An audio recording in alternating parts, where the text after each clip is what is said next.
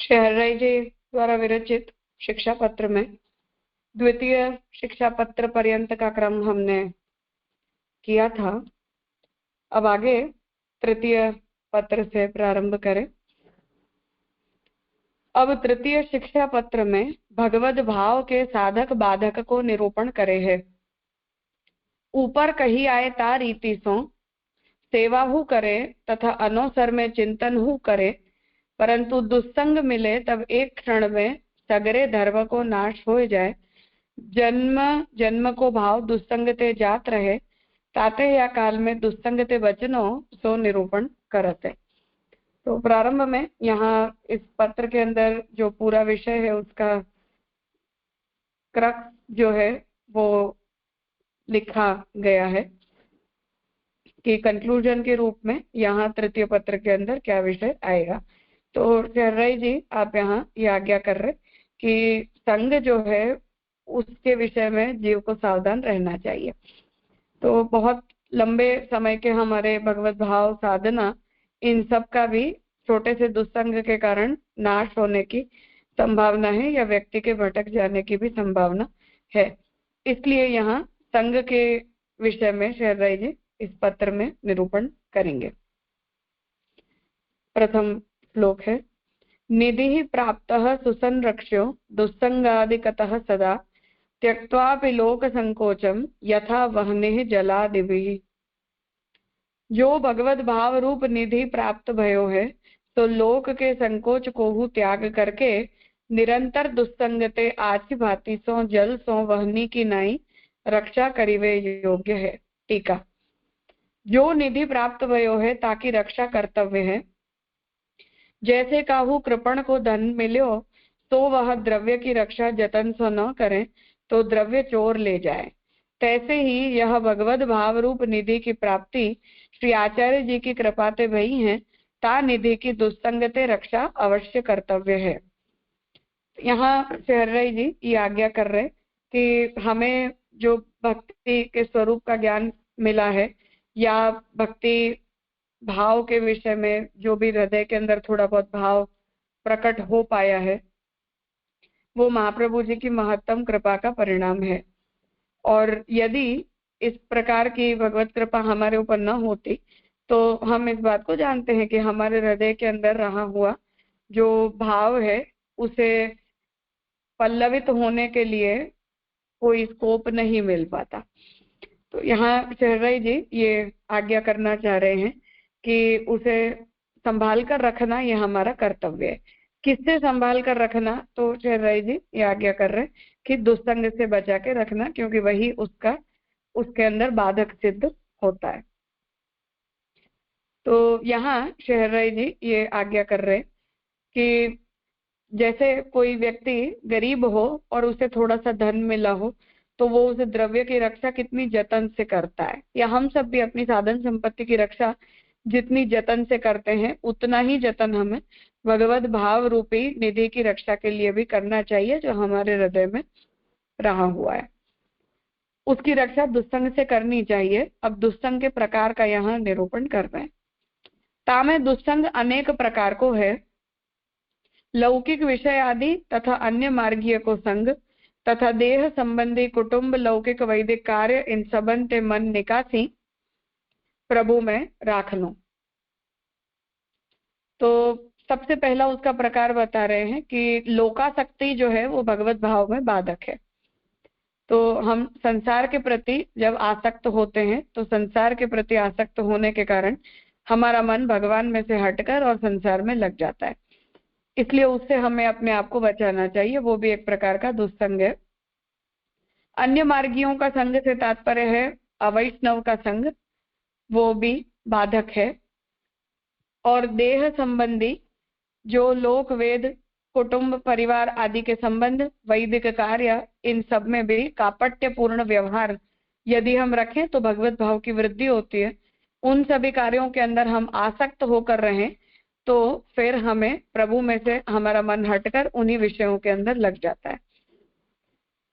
तो वेद का भी उल्लेख यहाँ इसलिए किया है क्योंकि शास्त्रीय कर्म भी हम भगवत आज्ञा के पालन के रूप में करते हैं। अपनी स्वतः उसके अंदर यदि रुचि बढ़ जाए या उसके अंदर हमारी आसक्ति बढ़ जाए तो भगवत सेवा के अंदर वो बाधक सिद्ध होता है, जो हम ब्राह्मण पति पत्नी के प्रसंग में देख सकते हैं कि प्रभु ने सामने चलकर आकर और उनसे भोजन ग्रहण करने के लिए कहा, फिर भी उनका मन उन कर्मों के अंदर इतना लगा हुआ था कि साक्षात प्रभु को विनियोग करवाने के बदले उन्होंने यज्ञ में ही उसका विनियोग करवाना ठीक समझा।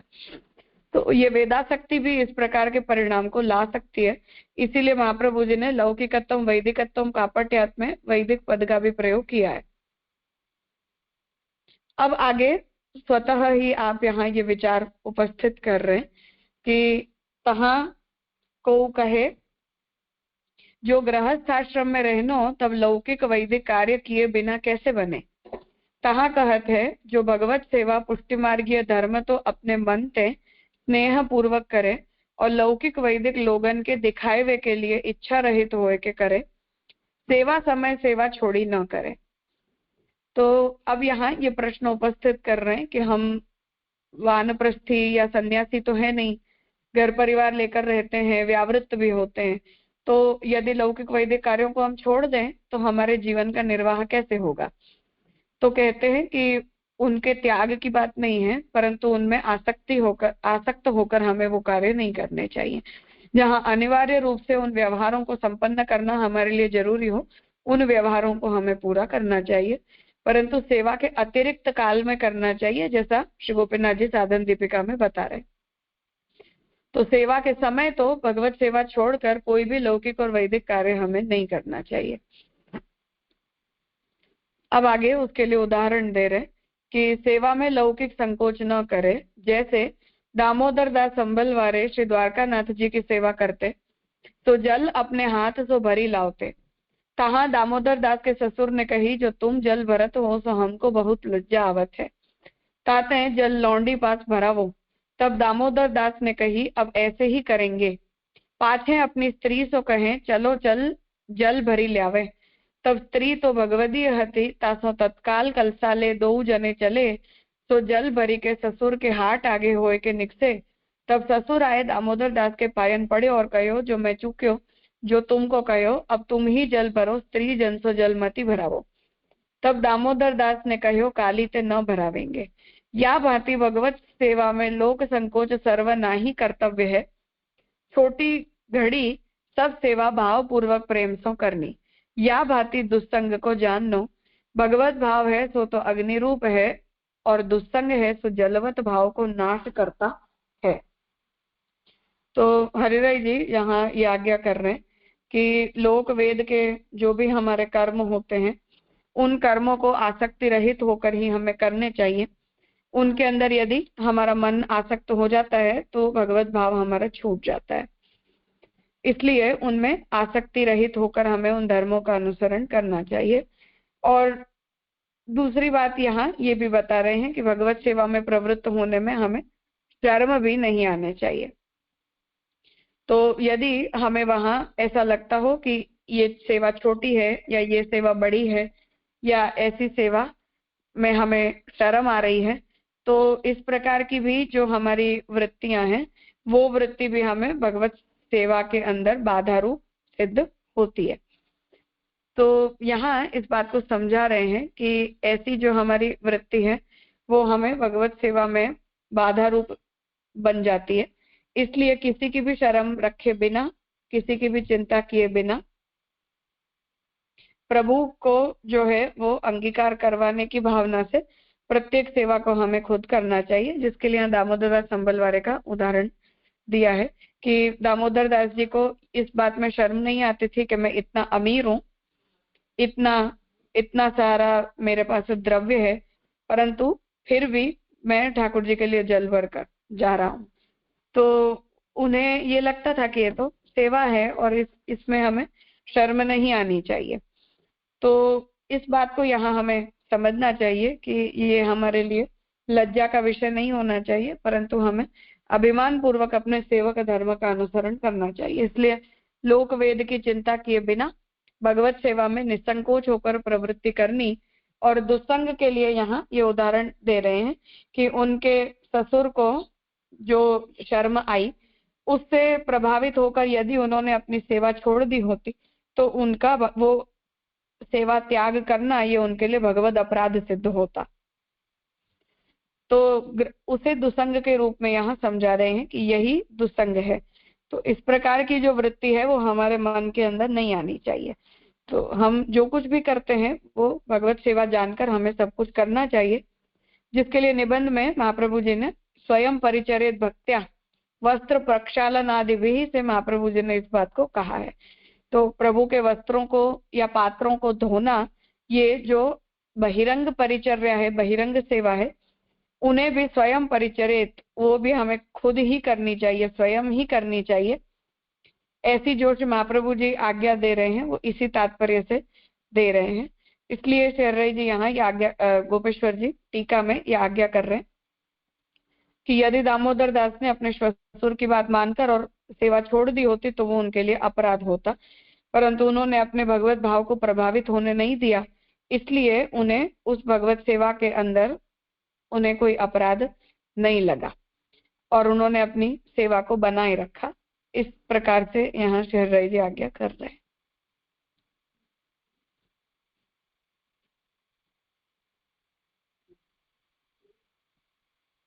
कुछ पूछना है इस विषय में? हाँ स्वाति बहन। धन्यवाद, प्रणाम राजा। राजा, यहाँ जो दुसंग आदि कयो है और जो बताए हैं वो दुसंग के ही प्रकार बताए हैं, तो दुसंग आदि में दुसंग के प्रकार ही लेने हैं या दुसंग वगैरह दूसरों भी कुछ है? नहीं, प्रकार ही लेने, प्रकारवाची लेना है। ओके, हाँ जी राजा, धन्यवाद, प्रणाम राजा। एक मिनट राजा, प्रणाम राजा। ये दुसंग को जलवत भाव कयो, जल प्रवाह जलवत भाव कयो, तो लास्ट लाइन में आयो ना, दुसंग वो अग्नि जो है मीन्स भगवत भाव अग्नि समान है और दुसंग जलवत भाव, तो हाँ, अर्थात कि जैसे अग्नि को बुझा देता है ना पानी, तो अगर वो दुसंग प्रभावित कर जाए तो जैसे पानी से अग्नि बुझ जाती है, उस प्रकार से लोकाशक्ति वेदाशक्ति के बढ़ जाने पर हमारे अंदर भगवत भाव जो रहा हुआ है वो भी बुझ जाता है, दब जाता है। सच्ची बात। हाँ जी राजा। हाँ ओके। और राजा, जब तक देहाभिमान है तब तक लौकिक वैदिक करने की बात आवे, पर द्वापरांत और द्वापर के अंत में और जैसे महाप्रभु जी के साक्षात प्राकट्य काल में भी वर्णाश्रम तो माने वैसे ही कॉलेप्स ही हो गए, तो और हम जैसे तो राजा उपनीत भी नहीं है, तो वैदिक में क्या खाली फिर श्राद्ध और विवाह कर्म इतना ही कुछ, ऐसा ही कुछ बाकी रह जावे ना राजा? हाँ, जो भी संस्कार आदि हमें निर्मंत्रक जो कुछ भी सब प्राप्त होता है वो सब हमें करना चाहिए। सही बात जी राजा। बाकी सामान्य धर्म वहाँ वर्णाश्रम धर्म के ऑप्शन में माने जाते हैं वैकल्पिक रूप से। अच्छा, हाँ, जो सर्वा, हाँ, तो वो तो स्त्री शूद्रों के लिए भी वही धर्म बताए ना, म्लेच्छ हो, स्त्री शूद्र हो, वर्णबाह्य हो, तो जो जिन्हें जो अधिकार से प्राप्त होता है उसे उन्हें कर लेना चाहिए। तो समंत्रक धर्म यदि प्राप्त नहीं होते हैं तो निर्मंत्रक कर लेने चाहिए। निर्मंत्रक की भी योग्यता यदि हमें न लगती हो तब फिर सामान्य धर्म ही वर्णाश्रम धर्म स्थानीय बताए गए, सर्वाधिकारक मनुष्य मात्र के लिए। जी राजा। लिए राजा।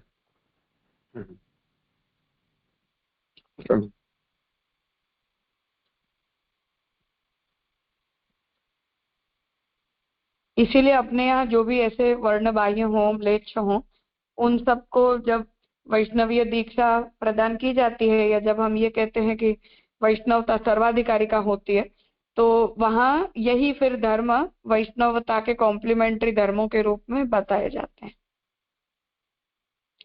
और जिन लोगों को वर्णाश्रम धर्म की सिद्धि न हो पाती हो या न कर पाते हो, उन लोगों के जो सामान्य धर्म होते हैं वही वर्णाश्रम धर्म से प्राप्त होने वाले फल को भी देने वाले होते हैं।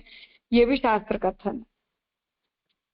हाँ हाँ राजा, अच्छा बताया। इसलिए हाँ, तो जो वैष्णवता को पोषित करने के लिए हमें जो इंद्रिय शुद्धि चाहिए या सात्विकता चाहिए या निर्गुणता तक वो सात्विकता जानी चाहिए, वो सब कुछ की फुलफिलमेंट जो है वो सामान्य धर्म को निष्ठापूर्वक करने से हो जाती है।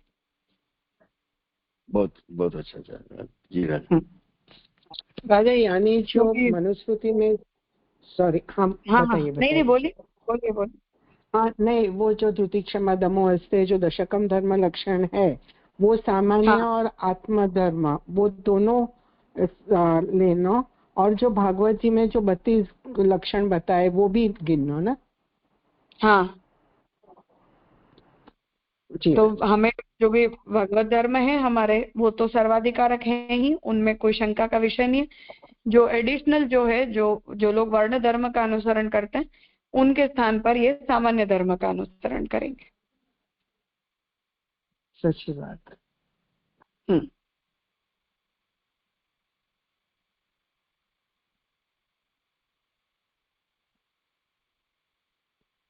हाँ जय श्रीवन। हाँ राजा, दंडवत प्रणाम। इधर बताया ना कि लौकिक विषय आदि, और बाद में नीचे बताया कि देह संबंधी कुटुंब लौकिक। तो वो देह संबंधी तो जो अपना सगळे संबंधी जो है पुत्र और सब आदि आ जाएगा, तो ऊपर विषय आदि में से बाहर के विषय होते वो ही जाएगा। हाँ, जो भी ममता का के जो भी दूसरे सब ऑब्जेक्ट्स हैं वो घर पैसा वगैरह वगैरह। नहीं दो એટલે प्रश्न इसीलिए कि 2 बार बताया ना कि लौकिक विषय आदि, तो ममतास्पद भी जो घर के सभ्य होते वो भी ममतास्पद में ही आ जाएंगे ना विषय में। हाँ डेफिनेटली 100%। हाँ राजा, धन्यवाद मैडम।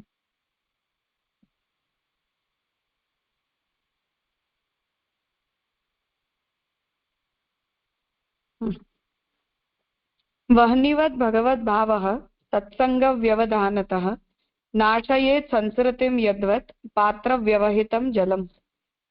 अग्निरूप भगवत भाव सत्संग ते व्यवधान ते संसृति जो अहंता ममतात्मक संसार रूप दुस्संग ताको पात्र के व्यवधान युक्त जल की नाई नाश करत है। मतलब यह है, जो पात्र में जल होए ताको नाश जैसे अग्नि करे है, तैसे सत्संग के व्यवधान में रहो जो संसार ताको नाश भगवत भाव करे है। टीका। भगवत भाव अग्नि रूप है और सत्संग काष्ठ रूप है। जैसे अग्नि में काष्ठ परे तो और हु अग्नि बढ़े तेज पुंज होए, तैसे ही भगवत भाव सत्संग पाए के बढ़े दृढ़ होए। और भगवत भाव अग्नि है सो दुस्संग रूपी जलते नष्ट होए। जैसे थोड़ो सो अग्नि होए तामे जल डारे थे वह अग्नि को नाश होए, तैसे ही भगवत भाव को नाश दुस्संगते होए।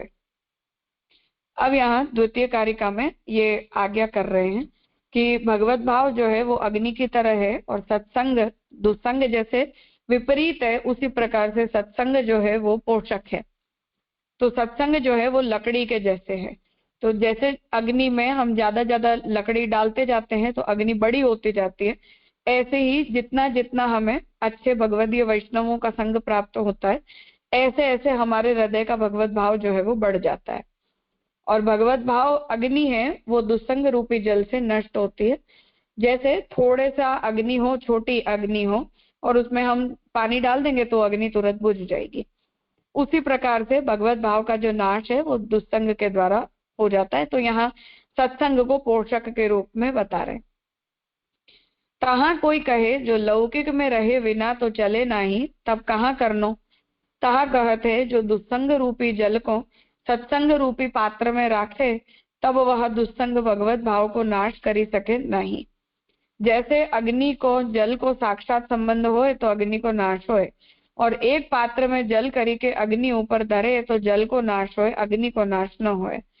ऐसे भगवत भाव रूपी अग्नि को सत्संग रूपी काष्ठ से बढ़ाए जाए, ता करी दुस्संग रूपी जल को पात्र में धरी अपने हृदय में अष्ट प्रहर विचार करी जराए दे, तभी ही बचे।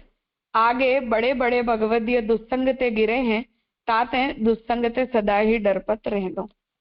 अब यहाँ ये आज्ञा कर रहे कि हमारे लोक व्यवहार की जो समस्याएं हैं वो इससे सुलझती नहीं है। तो हम संसार में जब रहते हैं तो हमें लोगों के बीच रहना ही पड़ता है, और लोगों के बीच रहते हैं तो दुस्संग से हम बच नहीं पाते हैं, उसका कुछ ना कुछ प्रभाव हमारे ऊपर पड़ ही जाता है। तो यहाँ ये आज्ञा कर रहे हैं कि उसमें हमें प्रपोर्शन को हमें कंसिडर करना चाहिए। तो जितना प्रमाण दुस्संग का है उससे दुगना प्रमाण यदि सत्संग का होता है तो दुस्संग का प्रभाव हमारे ऊपर कम हो जाता है, और अगर सत्संग के करते दुस्संग का प्रपोर्शन ज्यादा है तो फिर सत्संग का प्रभाव हमारे ऊपर कम पड़ जाता है। तो उस हेतु से यहाँ ये आज्ञा कर रहे हैं कि जितना हम सत्संग करते हैं उससे ज्यादा हमें दुस्संग नहीं करना चाहिए। उसके लिए यहाँ उदाहरण दे रहे हैं कि जैसे पानी है, उसके ऊपर हम अग्नि रख दें, अर्थात कि उसे उबालने लगे, तो जैसे वो पानी जो है वो अग्नि को ठंडा नहीं करता है, परंतु स्वयं ही वो इवोपरेट हो जाता है, उसका बाष्पीभवन हो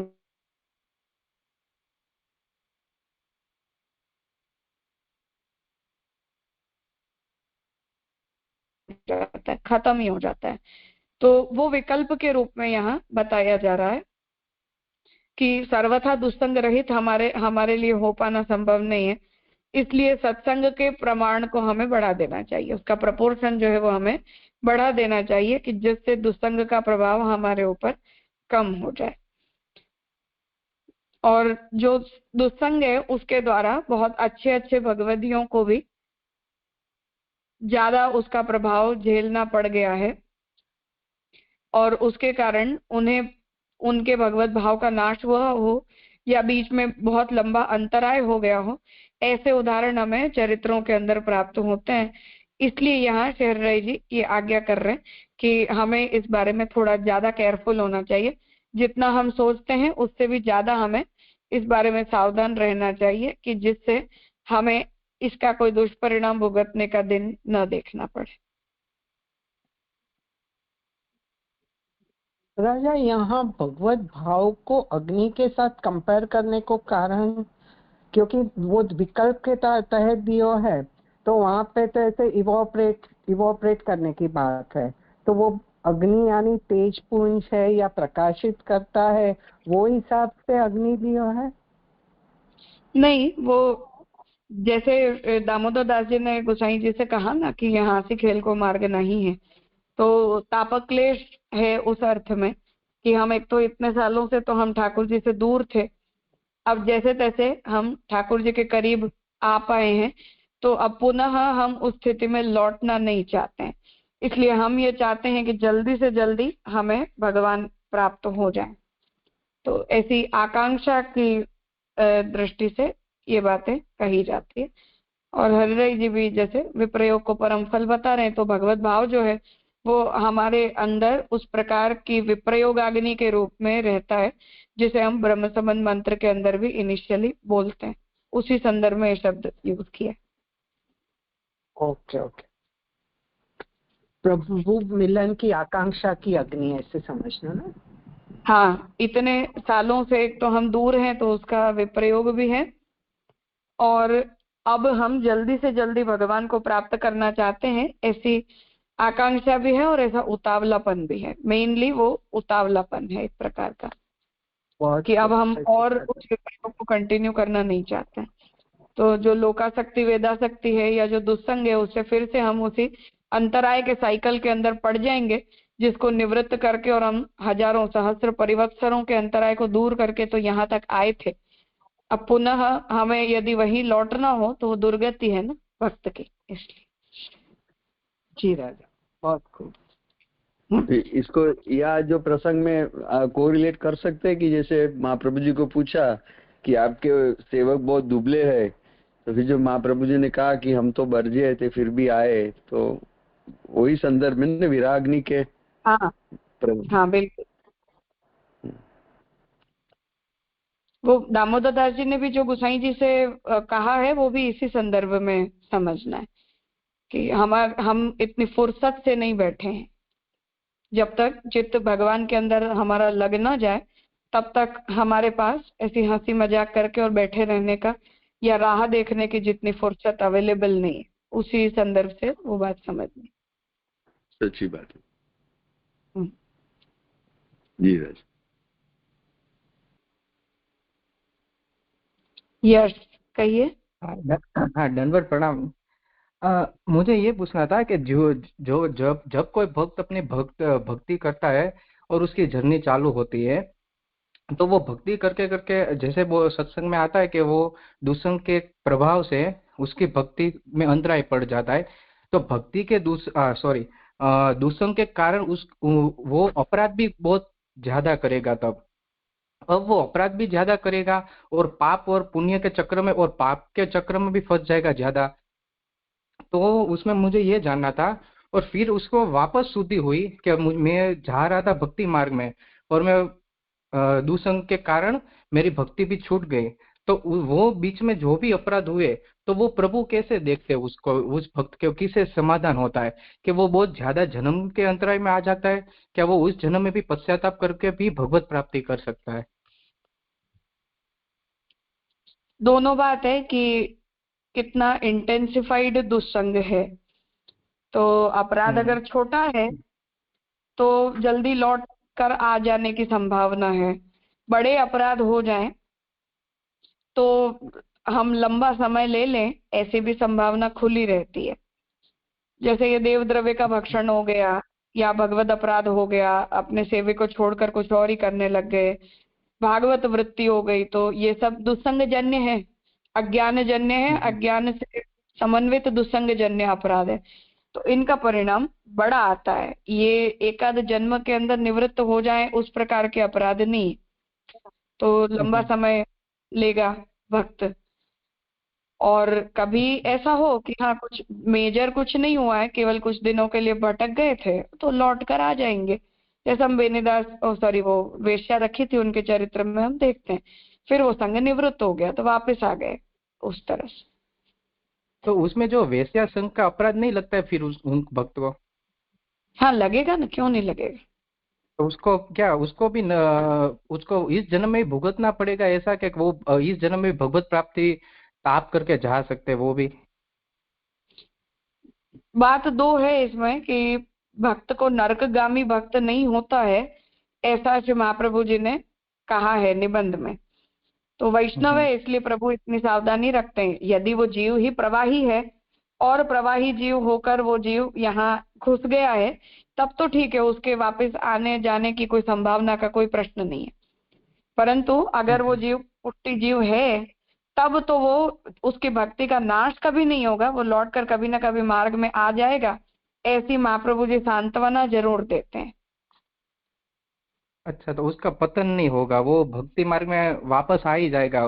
बीच में अगर छूट भी गई है तो भी, अगर वो भक्ति हाँ में वापस आ गया तो 100% तो प्रभु लौटेगा, फिर तो अंतराय हो फिर सकता। हम्म।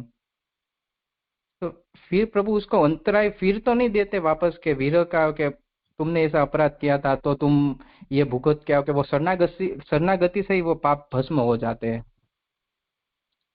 हाँ प्रोबेबली, अगर कोई बहुत मेजर नहीं है तो हो जाएगा। मेजर है तो अच्छा। ऐसे हीन योनि वगैरह में जन्म ले लेकर बहुत लंबा समय काट कर फिर पुनः शुद्ध होगा, तब भक्ति मार्ग में उसका स्वीकार किया जाएगा। अच्छा, तो नहीं, वो अगर वो योनि में जाएगा तो वो, अगर वैसा उपाय भी है खरी कि जैसे मैं भक्तमाल में भी एक कथा सुनी हुई है, कि उसमें एक भक्त था जो वो भी वेश्यागामी हो गया था। अब जगन्नाथपुरी के पार्षद थे। तो जब उसका शरीर छूटा ना, तो भगवान जगन्नाथ ने आज्ञा की उनके पार्षद को, वो उसका भी अग्नि संस्कार करो, कि तुमने छोड़ा था पर मैंने उसको नहीं छोड़ा था, ऐसा। हाँ, इसलिए तो ये क्या? किसी जीव के ऊपर ठाकुर जी की कृपा कितनी ज्यादा है उसकी बात है ये। जैसे तो ऐसे तो इतना पापी होने के बाद भी अजामिल का भी भगवान ने उद्धार किया ही है। हाँ हाँ। अच्छा, हाँ। तो कभी भगवान ऐसे अपने महात्म्य को प्रकट करने के लिए किसी जीव के उद्धार की इच्छा रखें, तो जैसे स्वप्न में ही नरक दिखा दिया, ऐसा उदाहरण अपने यहाँ भी है। हाँ अजामिल हाँ। का भी उदाहरण, वैसे पातकों का भी ठाकुर जी ने उद्धार किया है। इसलिए वो सब आपवादिक स्थितियां हैं, पर हम ऐसा सोचकर नहीं बैठ सकते हैं कि प्रोबेबली हम उस केस के होंगे तो भगवान हमें भी माफ कर हम्म। देंगे। इसलिए अच्छा। जीव को सावधान करने के लिए तो यही कहा जाता है कि हम्म। उसे महत अपराध होने की संभावना है। अच्छा, बस आभार जी, तो यही था। और एक एक प्रश्न ये था कि इस जो आपके सत्संग में, तो वो खाली सत्संग के ही प्रश्न पूछ सकते हैं क्या, तो ठाकुर जी के रिलेटेड भी एंड में प्रश्न पूछ सकते हैं अगर सेवा के हो तो वो भी? ऐसी जो भी प्रश्न है वो आप मुझे पर्सनली व्हाट्सएप में मैसेज करके पूछ लीजिए। क्लास के समय अगर कोई प्रासंगिक प्रश्न है तो उन्हीं को लेते हैं हम अच्छा अभी तो। अच्छा, ओके। मैं क्या नया ज्वाइंट हुआ है ना, इसलिए। नहीं कोई बात नहीं, प्रसंगवश अगर ऐसा कोई सब्जेक्ट चल रहा है तो आप बीच में पूछ सकते हैं। अन्यथा अच्छा, मुझे व्हाट्सएप में आप वॉइस नोट या मैसेज लिखकर भेज दीजिए तो मैं समय से रिस्पॉन्ड कर दूँ। हाँ, खूब खूब आभार, धन्यवाद, प्रणाम। ठीक है। हाँ जिग्ना बहन। राजा प्रणाम। राजा, ये लास्ट लाइन में है ना, ता करी दुसंग रूपी जल को पात्र में धरी अपने हृदय में अष्ट प्रहर विचार करी जराई दे दे तब ही बचे। तो जराई दे यानी अभी आपने इवोपोरेट से समझाया वही बाष्पीभवन, ऐसा समझने का? हाँ, अर्थात कि अग्नि अगर प्रबल है तो हम जल के 5-10 छींटे मार देंगे, उससे बुझेगी नहीं वो। इसलिए सत्संग से यदि हमने अपने भगवत भाव को पोषित किया है और वो पोषित होकर और वो थोड़ी सी स्ट्रांग है तो छोटे मोटे दुस्संग से उसे ज्यादा प्रभाव उसको नहीं पड़ेगा और वो दुस्संग उसको भस्म नहीं कर पाएगा, उल्टा दुस्संग नष्ट हो जाएगा।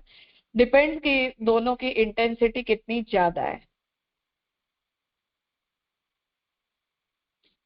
जी जी राजा, हाँ समझ में जैसे आया। रामानंद प्रणाम पंडित राजा। के एग्जाम्पल देखते हैं कि उनसे अपराध हुआ, महाप्रभु जी ने उनका त्याग कर दिया, उसके बाद उनका मन स्वस्थ नहीं था तो कभी भी कहीं भी जाकर खा पी लेते थे।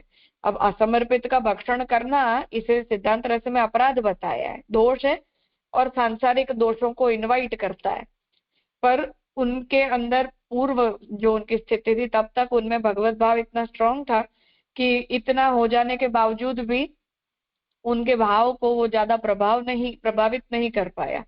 गोवर्धनाथ जी आप अरोगना ऐसा कह के और वो खा पी लेते थे। तो ये ऐसी स्थितियां हैं कि छोटा मोटा ऐसा प्रभाव हमारे ऊपर कम पड़ जाता है अगर सत्संग हमारा स्ट्रांग हो तो। अगर सत्संग में ही कमी और भगवत भाव की अग्नि जली ही नहीं है, छोटी सी है, केवल इनिशियल, जैसे दिया सलाई हम चेताते हैं तो हल्की से झोंका लगेगा तो भी वो बुझ जाएगी, तो उस तरह से एक बूंद पानी गिरेगा तो भी वो बुझ जाएगी। इसलिए हरिराय जी ये कह रहे हैं कि हम संसार में रह तो रहे, संसार को छोड़कर कहीं जा नहीं सकते हैं। तो ऐसी स्थिति में हमें सत्संग के द्वारा अपने भाव को पोषित करते रहना चाहिए जिससे वो संसार के प्रवाह से अपने आप को बचा पाए।